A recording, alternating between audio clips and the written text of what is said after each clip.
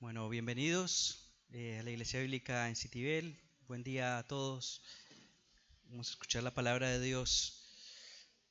Los salmos, tenemos distinta variedad en este espacio de la Biblia donde el Señor quiso expresar, que se expresaran los hombres ante Dios y también de una forma de enseñanza, de sabiduría. Ellos están metidos dentro de una categoría que se llama sabiduría, puntualmente, ¿no? Sapiensales. Y hay distintos tipos de salmos. Hay algunos que se les llaman cánticos graduales, justamente porque iban en ascenso o en descenso. Depende de, ellos pensaban que Jerusalén, si bien geográficamente no está arriba, pero ellos caminaban hacia Jerusalén, hacia el monte, y ellos cantaban, hablo de ellos, el pueblo de Israel, porque el Señor les entregó esto, justamente como un cántico didáctico para que mientras pasaran este caminar de manera didáctica aprendieran, enseñaran, recordaran en este peregrinaje. Y tenemos estas caminatas a Jerusalén que la hacían principalmente en 3 momentos del año. Ustedes recordarán las fiestas que el Señor había entregado: la Pascua, el Pentecostés y los tabernáculos. Entonces, anualmente hacían mínimo esas 3 caminatas allá, y mientras lo hacían, cantaban juntos en congregación, como una comunidad, como lo que somos cada uno de nosotros, para recordar, ser esperanzados, tener confianza, estar agradecidos a Dios, alabar a Dios juntamente. El Salmo 121 es uno de ellos, donde dice: alcé mis ojos a los montes, ¿de dónde vendrá mi socorro? Y no era una oración comunitaria, diciendo todos, ¿a dónde alzamos? Y todos respondían claramente esta verdad. Aunque pase por valle de sombra, literalmente ellos están mirando valles y pasando momentos posiblemente en dificultad, porque eran duras caminatas. ¿De dónde vendrá mi socorro? Y ellos recordaban estas verdades. El Salmo 122 también: yo me alegré con los que me decían, a la casa de Dios iremos. Ellos caminaban hacia Jerusalén, donde buscaban adorar a Dios de esta manera. Pero también tenemos salmos didácticos de sabiduría, que hacían cosas específicas. Ya cuando estaban en Jerusalén, habían pautas que los sacerdotes específicamente decían mientras veía el pueblo subir escala tras escala, llegando a Jerusalén. Y probablemente los sacerdotes preguntaban y el pueblo respondía parte de estos salmos de una manera de cántico, porque el cántico es una forma donde memorizamos. Posiblemente muchos de estas canciones ya no las sabemos de memoria, y es una forma linda de poder aprender la palabra de Dios. De hecho, actualmente nosotros también abrazamos y enseñamos estos catecismos. Ustedes han escuchado de distintos catecismos. Son preguntas y respuestas sustentadas bíblicamente, ¿no? Hay un catecismo que no es muy conocido, que es el de Heidelberg. Y la pregunta número 21, o Heidelberg como se escribe, ¿cuáles son las buenas obras? Habla de una pregunta simple. ¿Qué son las buenas obras? ¿Cuáles son las buenas obras? Y la respuesta dice: son aquellas que proceden de una fe verdadera. Hay un sustento, conformes a la ley de Dios, hechas para su gloria. Como por poner un ejemplo, por ahí esto va más a la mano del pasaje que vamos a leer hoy. Uno conocido, el de Westminster, el 1, ¿para qué fuimos creados? Y la respuesta: para la gloria de Dios. Fuimos creados para la existencia de que lo adoremos eternamente. Entonces el fin de estas preguntas era enseñar verdades. Los rabinos enseñaban, animaban cuando las personas venían al templo y se preparaban y escuchaban esta pregunta subiendo cada escalón, y una respuesta justamente mientras ingresaban incluso al tabernáculo. Así que yo quiero que con esto en mente pensemos en este salmo que vamos a estar leyendo hoy y estudiando juntos. Abramos nuestras Biblias, el Salmo 15. Vamos a abrir en este corto pero sustancioso salmo.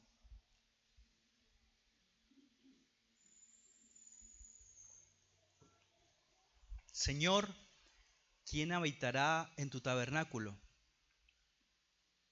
¿Quién morará en tu santo monte?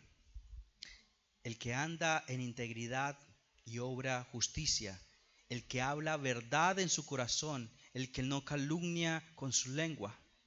no hace mal a su prójimo, no toma reproche contra su amigo, en cuyos ojos el perverso es menospreciado, pero honra a los que temen al Señor, el cual, aun jurando en perjuicio propio, no cambia, el que su dinero no da a interés, ni acepta soborno contra el inocente. Una pregunta, una respuesta bastante grande, sustentada, y termina diciendo, el que hace estas cosas permanecerá firme. Vamos a orar. Señor, te pedimos que tu palabra, Señor, hable a nuestra vida, Señor. Esto no es un simple canto, esto es una gran verdad para nuestra vida, Señor. Que tú lo plasmaste para el pueblo, pero también para nosotros. Lo tenemos hoy acá después de miles de años, Señor, para nuestra vida, para formar un carácter justamente que tú determinas para cada uno de nosotros, Señor. Yo te ruego, papá, que por favor, hables a nuestras vidas, Señor. Que podamos confiar, que podamos vivir conforme a estas verdades, Señor. Vivir como un digno ciudadano del reino, con un carácter aprobado, Señor, como el de Cristo Jesús, Señor. Te damos muchas gracias. En el nombre de Jesús, Señor, oramos. Amén. Amén. El autor de este salmo es muy probable que sea David, así como el Salmo 14 que estuvimos leyendo el domingo pasado. Continúa y creo que es una de las razones también las que quería continuar con esta verdad, hacer esta pequeña pausa en el Evangelio de Lucas.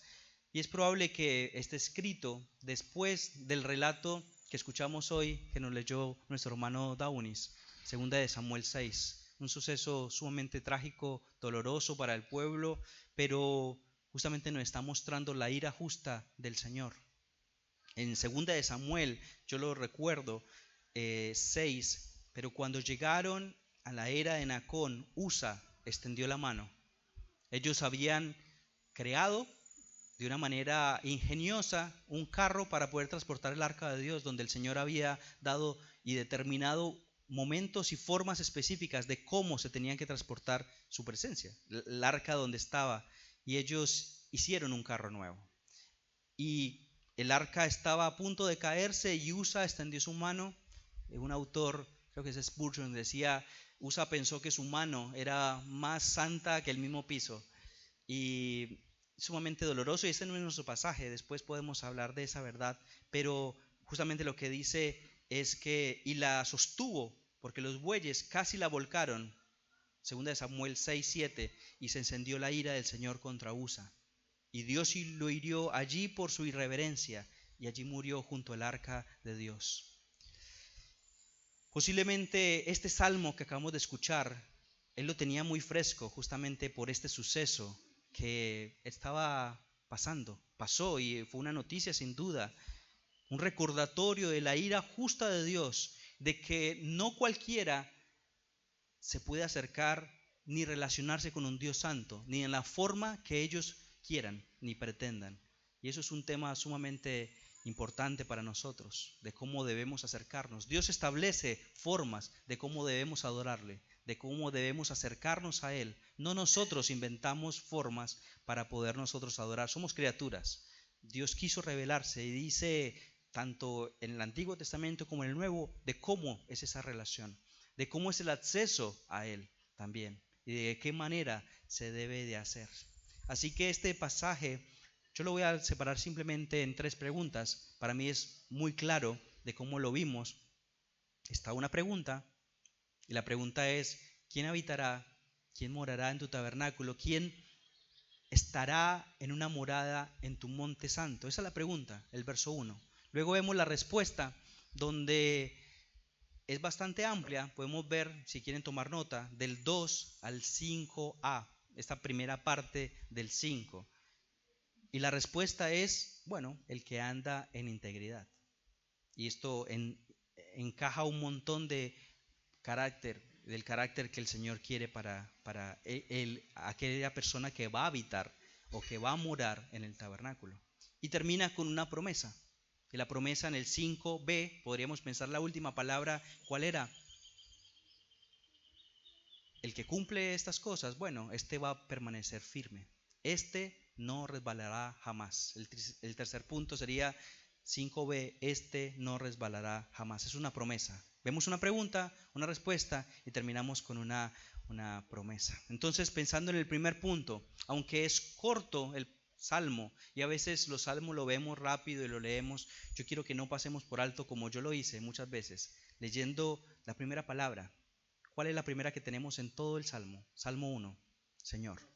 ¿Por qué? Porque nosotros tenemos que entender primeramente a quién está dirigida la pregunta, por lo tanto Él es el que va a determinar la respuesta. Nosotros tenemos que entender de que no sabemos las cosas. Eso nos da humildad porque Él es el que nos va a dar luz. No pasemos por alto esta realidad. Nosotros nos acercamos, como escuchamos, nosotros venimos a la iglesia a poder aprender de lo que el Señor quiere darnos a cada uno de nosotros. No lo que yo diga, no lo que ningún maestro o filósofo vaya a persuadirlo, sino que la palabra de Dios. Y estamos buscando ser fieles a la palabra, a escuchar, a decir, Señor, muéstranos, danos luz justamente de esto. Esto implica también de que Él solamente y por medio de su palabra, Él va a determinar la forma en cómo podemos acercarnos. Solamente Él, no con reglas humanas. David tenía muy claro esta verdad. No hay formas de alterar lo que el Señor ya determinó, porque hay consecuencias a eso, en este lamentable suceso de la muerte justa de Usa. Somos unas criaturas y no podemos simplemente acercarnos a la presencia de Dios o la forma que nosotros queramos.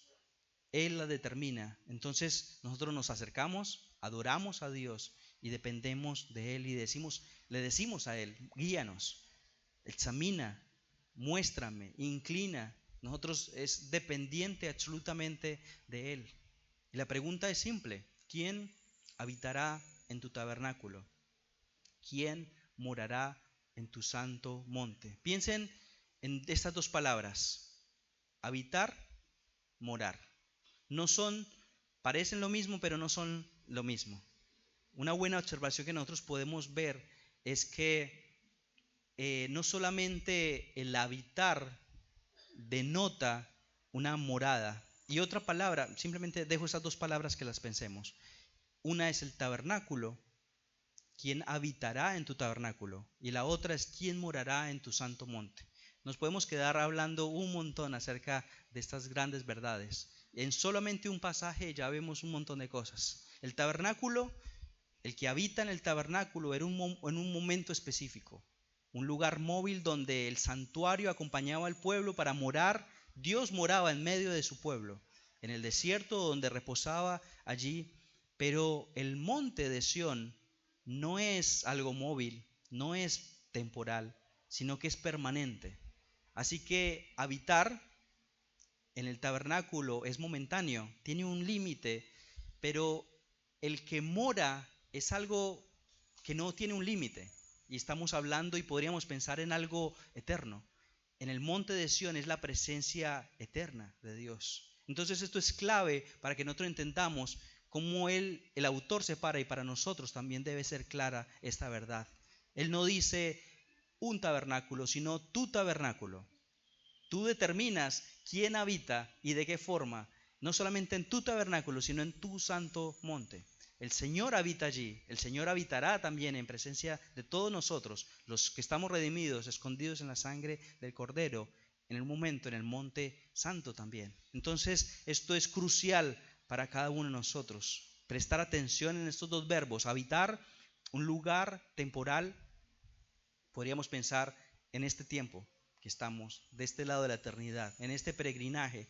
¿Quién habitará? Es limitado, pero morar de una forma definitiva, de una forma permanente, ya no es de paso, sino que también nos brinda una seguridad de decir, es un lugar eterno. ¿Quién podrá llegar justamente? Ambos también nos están mostrando una intimidad, nos está mostrando una relación con tu santo monte, con tu templo, una relación justamente que ahora lo entendemos, que es por la obra de Cristo. Pero sí se manifiesta justamente en el momento de los redimidos. El Señor habitaba en un templo hecho posiblemente por manos de hombres, sí, pero Él quería estar con ellos. Pero ahora habíamos escuchado hace no tanto en Samuel también, cuando David quería construirle un templo al Señor. Y Él dice, yo no lo necesito, yo quiero estar. Y también quiero estar en medio de ustedes como templos vivos que somos cada uno de nosotros. Los redimidos nos juntamos justamente a poder disfrutar de su presencia, junto, corporativamente, porque somos recipientes justamente. Nosotros somos los invitados, nosotros somos los que estamos recibiendo, los convocados. Eso lo hacía la iglesia primitiva. En Hechos 2:42, y se dedicaba continuamente a las enseñanzas de los apóstoles, a la comunión, al partimiento de pan y a la oración. Palabra, comunión, oraciones, recordar la obra de Cristo mientras participamos también de la Santa Cena. Yo creo que eso es lo que la Biblia determina como, o por lo menos aquí el salmista dice, ¿quién podrá habitar? O sea, en este lado de la eternidad es unos recordatorios que el Señor nos está dando. Y quizás, hermanos, lamentablemente nos daremos cuenta de que muchos de los que habitan en el tabernáculo y los que habitaron, muchos de los que habitan en medio de los cristianos no van a morar finalmente, y eso es lamentable. Pero como hemos visto en Lucas 13 también, nosotros comimos, ustedes recuerdan el domingo pasado, nosotros estuvimos cerca, nosotros comimos, disfrutamos, ellos estuvieron, la higuera estuvo en una buena tierra, pero finalmente va a ser cortada, porque no determina simplemente el escuchar, el entender, sino el tener una relación plena con el Señor, una conexión directa con Cristo Jesús, porque Él es el medio, Él es la puerta, Él es la llave, para que podamos ingresar justamente a la morada eterna, a morar en el monte santo, como el pueblo, ellos lo entendían de esa manera, ellos veían la eternidad futura. Ahora tenemos nosotros mucha más luz justamente de esta relación, de lo que el Señor había determinado. No solamente podemos entender que es en el cielo, sino ahora también el Señor quiere que vivamos de una manera práctica. Y este pasaje es muy práctico, porque lo que nos está diciendo, ¿quiénes van a estar? ¿Quiénes son los ciudadanos de este reino? Bueno, aquellos que vivan en este lado de la tierra de una manera visible, con frutos, frutos de arrepentimiento, porque no está hablando de cosas que no son básicas, que trate bien. Ahorita vamos a estar viendo cada una de estas cosas. Y yo creo que son útiles para cada uno de nosotros de una manera práctica, para que examinemos nuestras vidas, de cómo estamos viviendo de este lado de la eternidad, de cómo estamos aterrizando aquel conocimiento que posiblemente hemos sido enseñados y estamos continuando aprendiendo. Justamente es un consejo, es una reprensión de parte del Señor, y sin duda hay bendición en ella, sin duda, porque el Señor nos la quiso dejar para que pudiéramos profundizar en ella. Y sabemos que si acatamos y obedecemos estos consejos nos dará vida. Vamos a ser claramente más sabios para poder andar, no más sabiduría como el mundo la conoce, sino justamente como el pueblo de Israel lo entendía, una manera correcta de vivir delante de los ojos de nuestro Dios. Así que tenemos esta primera pregunta: ¿quién puede habitar en tu tabernáculo? ¿Quién puede morar en tu monte santo, pensando en este lado de la eternidad? Y la respuesta pareciera más espiritual, uno pretendería que fuera muy espiritual, pero muy práctica, muy práctica. Veamos el verso 2, nomás como lo tenemos ahí, del 2 casi que hasta el final. En resumidas cuentas, habla de integridad, habla de una persona que no tiene un doblez, alguien que realmente dice lo que es, o lo que dice ser, justamente actúa. Piensen en estas palabras: el que anda, las que tenemos en la Biblia, el que obra y el que habla verdad. No solamente es el que hace tal cosa o el que habla, sino que anda en esa verdad, anda en integridad. Miremos el texto, veámoslo en nuestras Biblias. El que obra en justicia, el que habla verdad. Son tres cosas positivas que el Señor nos está diciendo. ¿Quiénes? Bueno, estas personas. Tenemos varios ejemplos en el relato bíblico de personas íntegras. La verdad no son muchas, lastimosamente, porque somos pecadores.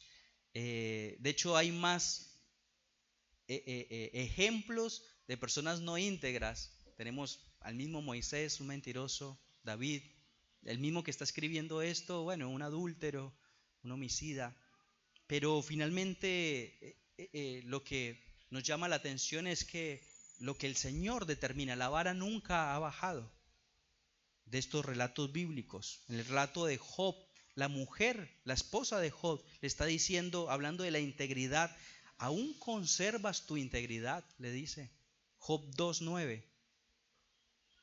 Maldice a Dios y muérete. Ese es el consejo sabio de la mujer idónea que le está dando. En pocas palabras, ella le dice, ¿cómo no tienes el corazón dividido? Porque ella sí lo tenía dividido, pensando en una realidad de, si a vos te pasa esto, entonces actúa. No, él dice, bueno, el Señor da, el Señor quitó. Por lo menos esa fue la primera respuesta. Después sabemos cómo también fue lastimosamente influenciado.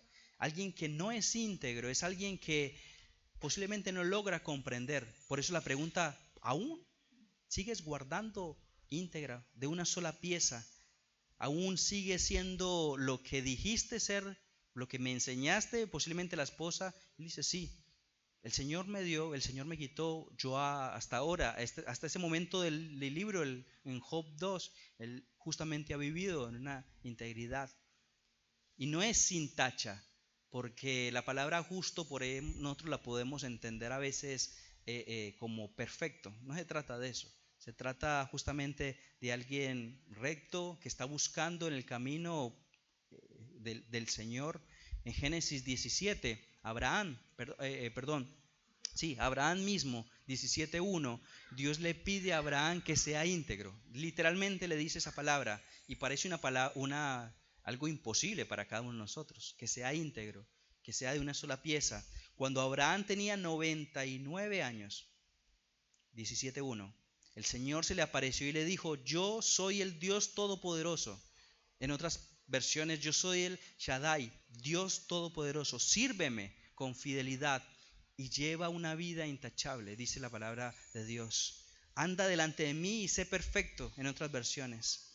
Lo que el Señor está diciendo es que el que camina en integridad y obra justicia y habla verdad en su corazón. Piensen en esta verdad. No dice el que anda en integridad o obra justicia o habla verdad. No, van de la mano. Y habla y obra en justicia. Tenemos estas tres verdades que tienen que estar de la mano, no pueden estar separadas. Es como el fruto del Espíritu Santo en cada uno de nosotros. No es que yo soy paciente, pero que no se metan con, no sé, no somos totalmente conscientes de esta verdad. Yo puedo ser muy hospedador, pero tengo la mecha corta, como dicen. No, somos totalmente, y eso es lo que pedimos al Señor, que nos ayude a ser íntegros, fruto completo y ir creciendo en cada una de estas cosas. Así que vimos estas tres cosas que son positivas, pensando que anda, que obra y que habla verdad. Pero también vemos justamente tres cosas después que son negativas que le está pidiendo o que denotan de alguien que aparece que no sea. Primero dice cosas que sí, justamente que no calumnie con su lengua. Continuamos en el verso, justamente que no hace mal a su prójimo, ni tampoco toma reproche con su amigo o con la persona más cercana que tenga. Así que, por lo tanto, yo pienso y quiero que pensemos en esta verdad. El que anda en integridad, por lo tanto, tiene que hacer justicia. Y la pregunta es, bueno, ¿cómo el ciudadano que va a vivir en el monte, que va a vivir en la presencia de Dios, vive en una vida de integridad de este lado? Justamente, bueno, el que habla verdad.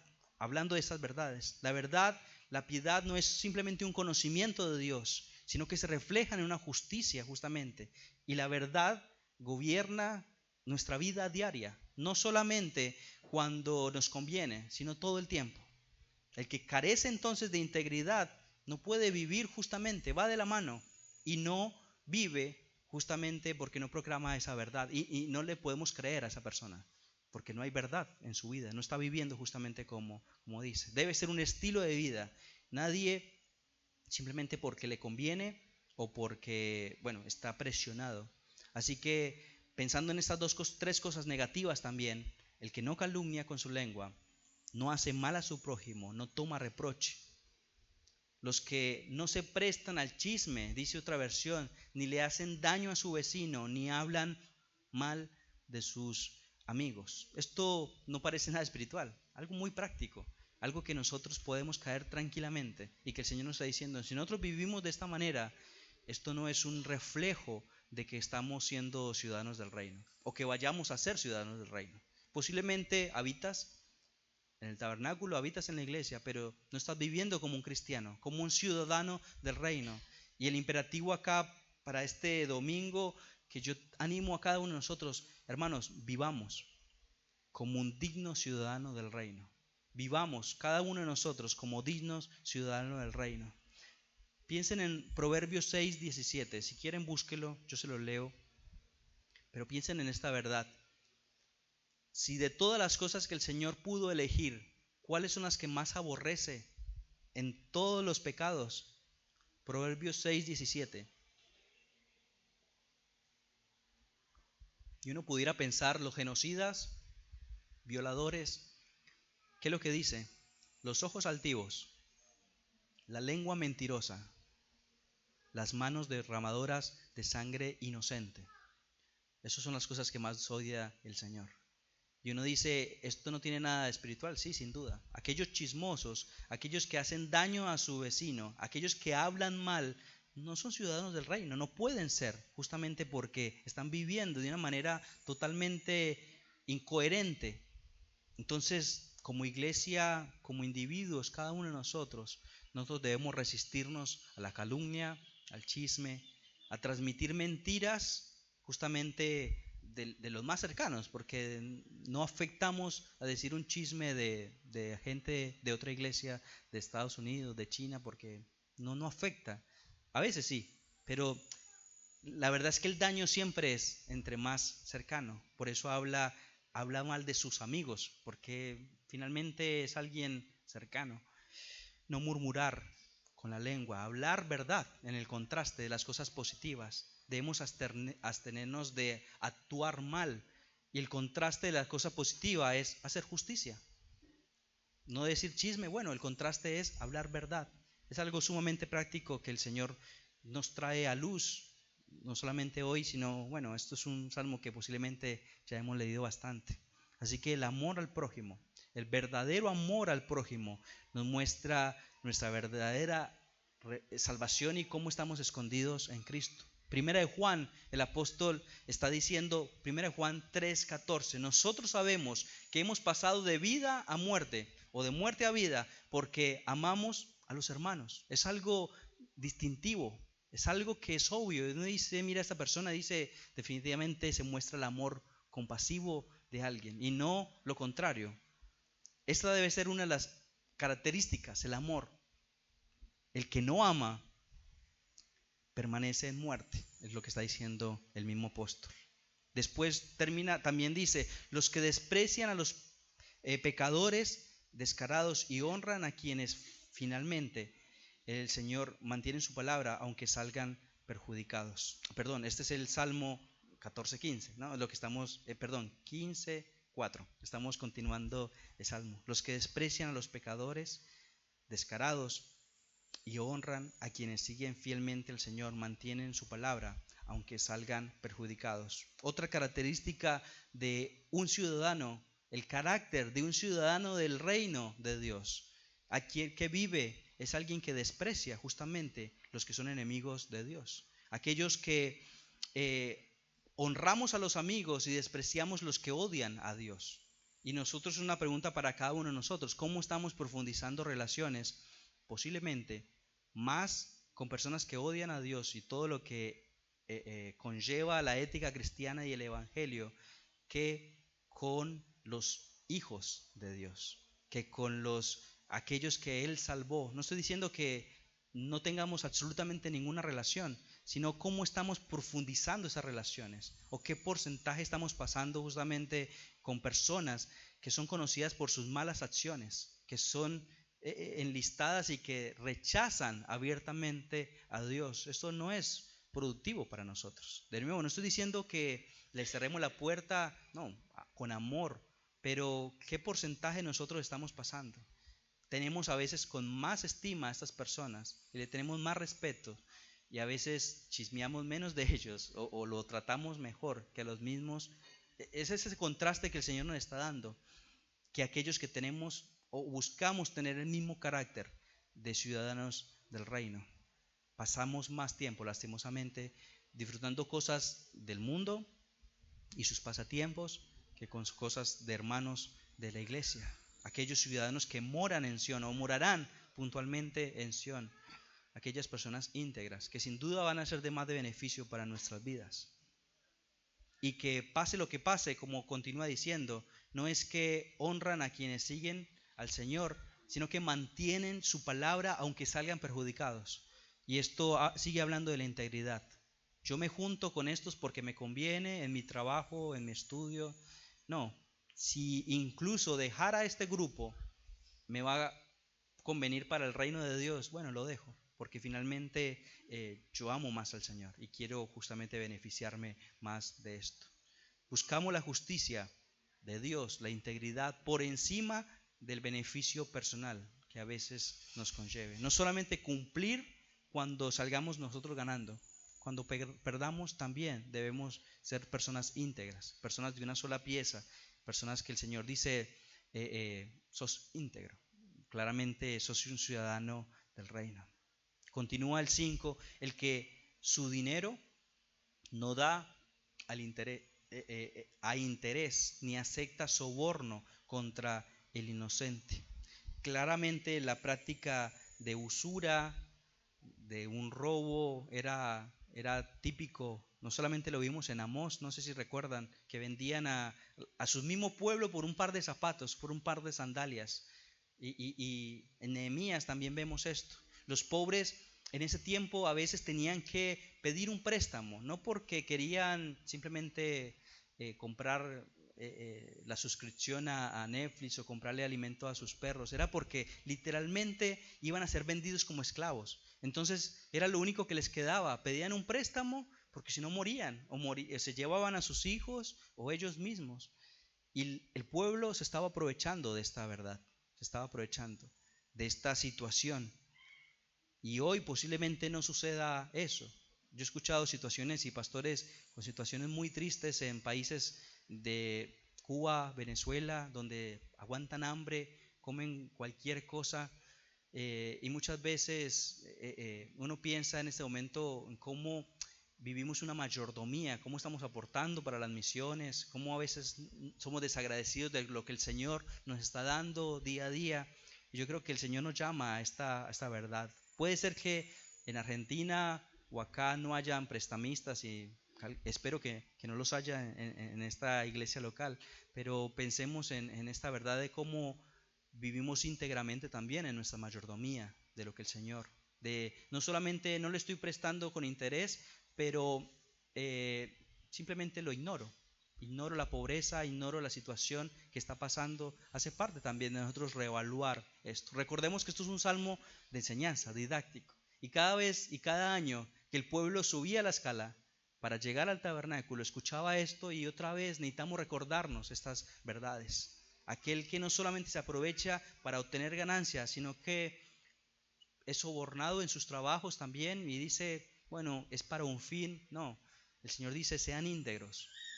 No solamente echa la ley, echa la trampa, sino tenemos que ser íntegros como cristianos. Hermanos, si nosotros juntamos todas estas cosas, posiblemente todos fallemos, hemos fallado o estemos fallando lastimosamente. Y parece imposible de cumplir cada una de estas cosas. ¿Cuáles son los requisitos para la pregunta, para requisitos o características de una persona que necesita entrar o va a entrar al monte y todos diríamos, bueno, ninguno.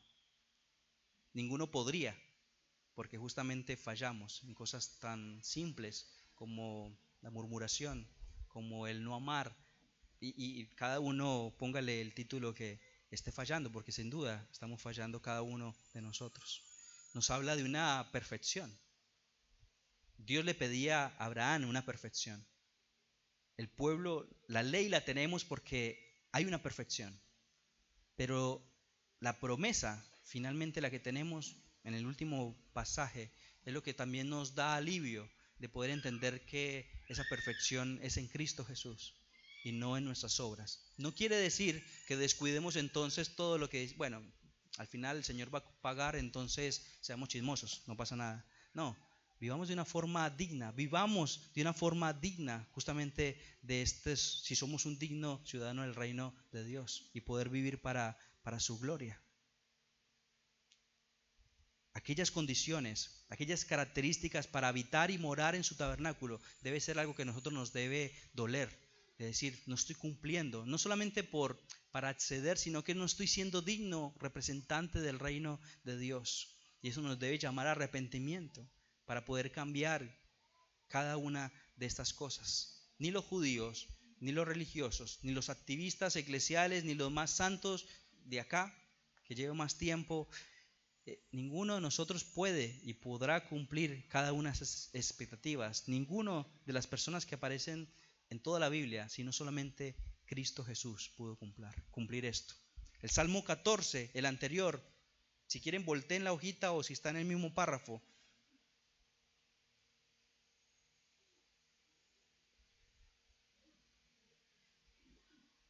Jehová miró desde los cielos. ¿Qué decía el hombre? No hay Dios.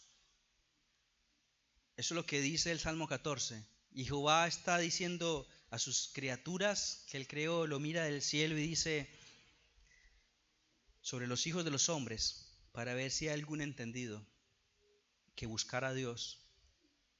Termina diciendo, todos se desviaron. A una sola se han corrompido. No hay quien haga lo bueno, no hay ni siquiera uno.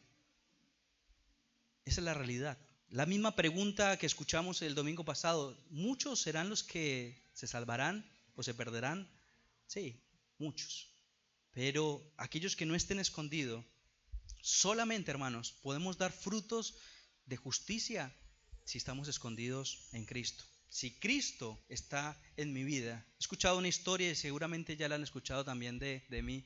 A que un hombre estaba yendo a un parque de diversiones y había una estatura específica para poder entrar a cierta atracción.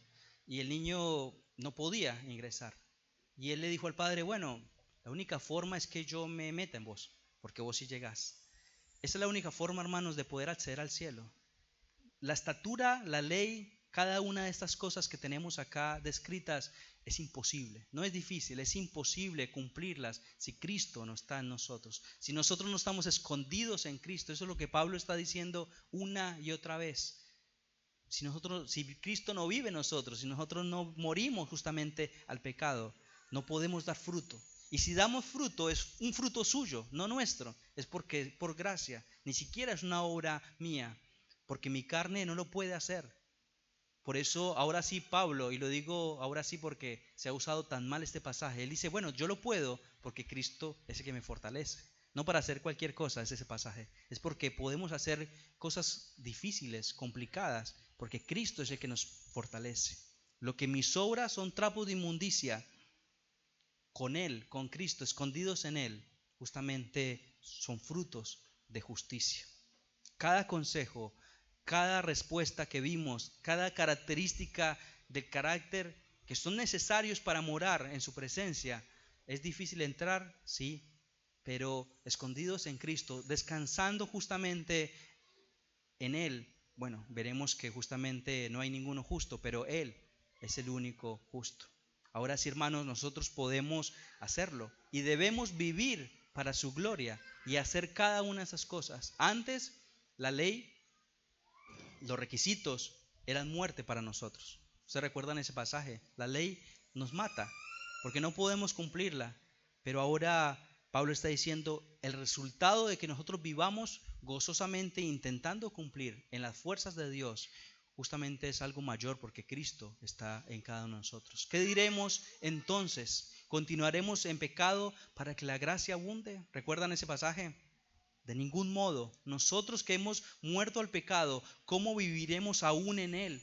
¿O no sabéis que todos los que hemos sido bautizados en Cristo Jesús, hemos sido bautizados en su muerte? Por tanto, hemos sido sepultados con él por medio del bautismo para muerte, a fin de que, como Cristo resucitó entre los muertos por la gloria del Padre, así también nosotros andemos en novedad de vida, en una nueva vida, una nueva criatura, unas nuevas motivaciones, distintas a las que antes habían. Termina el 10 diciendo, porque cuanto Él murió, murió al pecado de una vez y para siempre. En cuanto vive, vive para con Dios. Así también vosotros, cada uno de nosotros, considérense muertos para el pecado, pero vivos para Dios en Cristo Jesús. Así que Jesucristo viviendo en nosotros, nosotros muriendo en Jesucristo y con la esperanza de que también resucitaremos con Él y en Él, porque todo es por Él y para Él. Nosotros vivimos una vida entonces para su gloria. Y nosotros tenemos que pensar hoy, tenemos que vivir de una manera digna de un ciudadano del reino. Los fariseos, los expertos, eran expertos en cumplir leyes. Añadían otras y exigían más, pero eso no es suficiente. Si Cristo no está en nosotros, no soy acepto justamente por cumplirlas, soy acepto por Cristo Jesús, en esta justicia perfecta de Él. De hecho, en el Sermón del Monte, ustedes recuerdan que le dice, a ustedes les digo que si su justicia no supera la de los escribas y fariseos, lo que está diciendo, ellos viven bien, ellos viven conforme a ciertas cosas, parece ser, pero finalmente tiene que ser mayor. ¿Cuál es la mayor justicia? Cristo. Tienen que vivir justamente descansando. No entrarán en el reino de los cielos. Mateo 5:20 está diciendo acerca de esto. Porque él, Mateo 5:17, antes está diciendo, yo no he venido a poner fin a estas cosas, sino para cumplirlas, cada una de estos requisitos. Y descansamos en él. Pero no nos relajamos y decimos, bueno, que abunde el pecado entonces, de ninguna manera. La pregunta, recordemos, Señor, ¿quién habitará en tu tabernáculo? ¿Quién morará en tu santo monte? Solo Jesús, solo Jesucristo y su obra perfecta puede llegar a hacernos moradores de aquella ciudad celestial, justamente, si descansamos en Él. Pero también si nosotros vivimos como dignos representantes de esa ciudad, de este lado de la eternidad. Ya hay un hombre en el cielo, hermanos. Es Cristo Jesús que cumplió cada una de esto. Y tenemos esta última promesa, la que acá estamos recordando. No me olvidé de esta parte. El que hace estas cosas permanecerá firme. Esta idea de el que no, ¿qué se imaginan? Va a resbalar, va a caer, va a ser echado fuera. Y podemos seguir un montón de ejemplos que el Señor nos está mostrando acá. Pero hoy, por la gracia de Dios, hay un camino nuevo, un camino vivo, que es Cristo Jesús. Una entrada que es justamente la única entrada, la única llave, el único medio de poder acercarnos, para poder entrar no solamente el tabernáculo. Piensen en esta verdad de Cristo. ¿Qué pasó cuando Cristo murió? No solamente habitaban en el tabernáculo, esto podían entrar cualquiera, no cualquiera, pero por lo menos aquellos que se identificaban. ¿Qué hizo Jesús? Nos ha abierto una entrada mucho más gloriosa, que es al Padre, que es de entrar al lugar santísimo, que es poder acceder todos los días. Y nosotros, como Downis decía, bueno, que la forma, estamos a una oración de poder entrar a la presencia de Dios. Solamente cerrar los ojos y genuinamente orar a nuestro Dios. Gracias al sacrificio en la cruz, así como cantamos y vamos a recordar hoy, molido como un pan, traspasado por nuestros pecados, para ahora entrar al lugar santísimo, al acceso al Padre, al monte, y poder decir, somos ciudadanos del reino, y nos está esperando esas moradas que el Señor está preparando para cada uno de nosotros, todos los días, y disfrutar ya desde este momento también, así como el David oraba, como les compartía, y vamos a orar hoy en un tiempo. Lo único que David también pensaba y meditaba, si yo puedo pedir una cosa he pedido al Señor. Y no solamente se quedó pidiendo, la buscaré. que habite yo en la casa del Señor todos los días de mi vida, para contemplar la hermosura del Señor y meditar en su santo templo.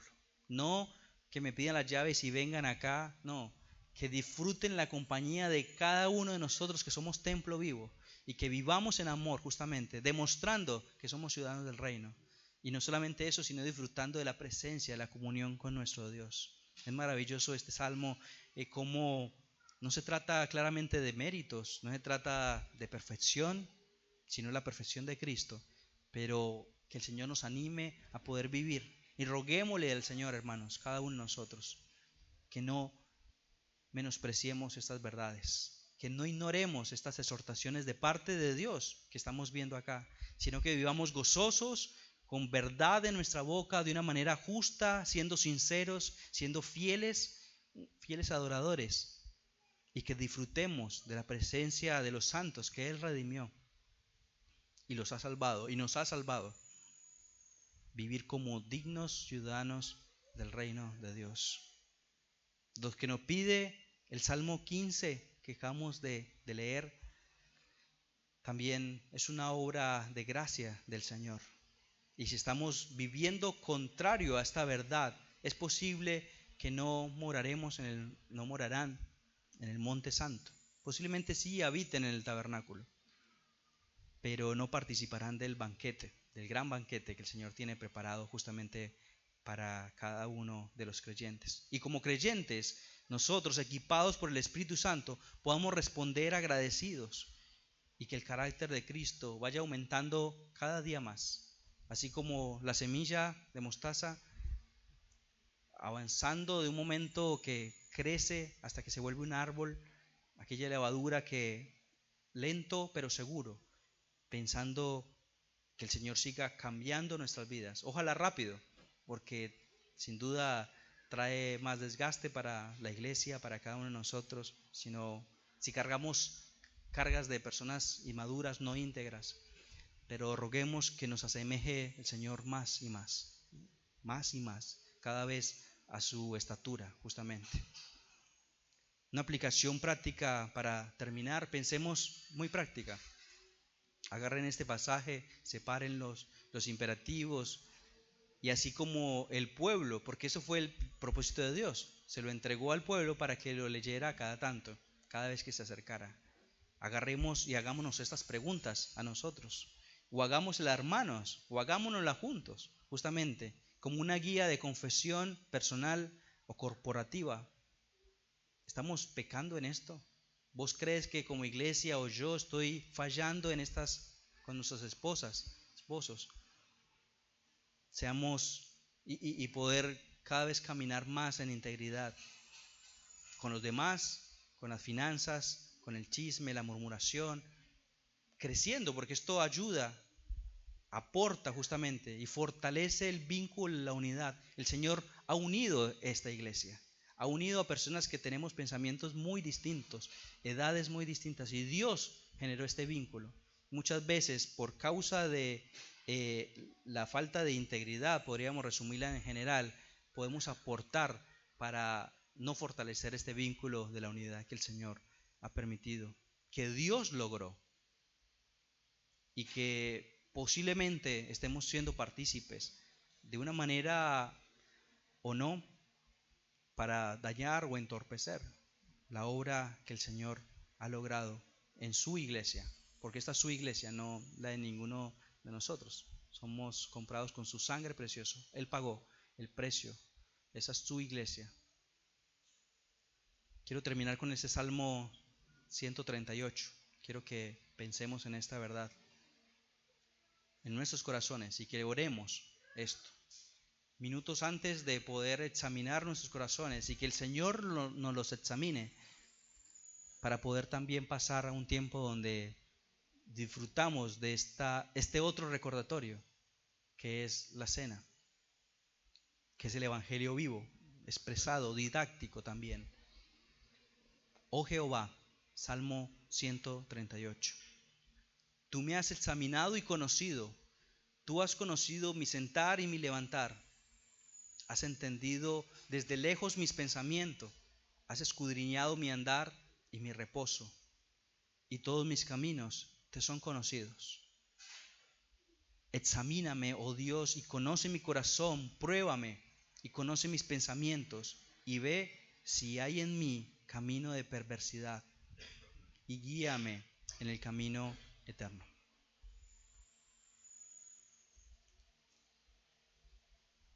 Qué difícil oración, pero necesaria para nuestra vida, Señor. Necesitamos ver aquellas faltas, Señor. Tú eres todopoderoso, tú eres omnisciente, omnipresente. Y más que nadie sabes en qué estamos fallando. Muéstranoslo, por favor, Señor. Si es por medio de un hermano, si es por medio de tu palabra, de nuestra relación íntima contigo, Señor, pero que tú, por favor, nos muestres aquello que necesitamos seguir cambiando para poder vivir de una manera íntegra, Señor. Yo te lo pido, Señor, para cada uno de nosotros, Señor. En el nombre de Jesús. Amén.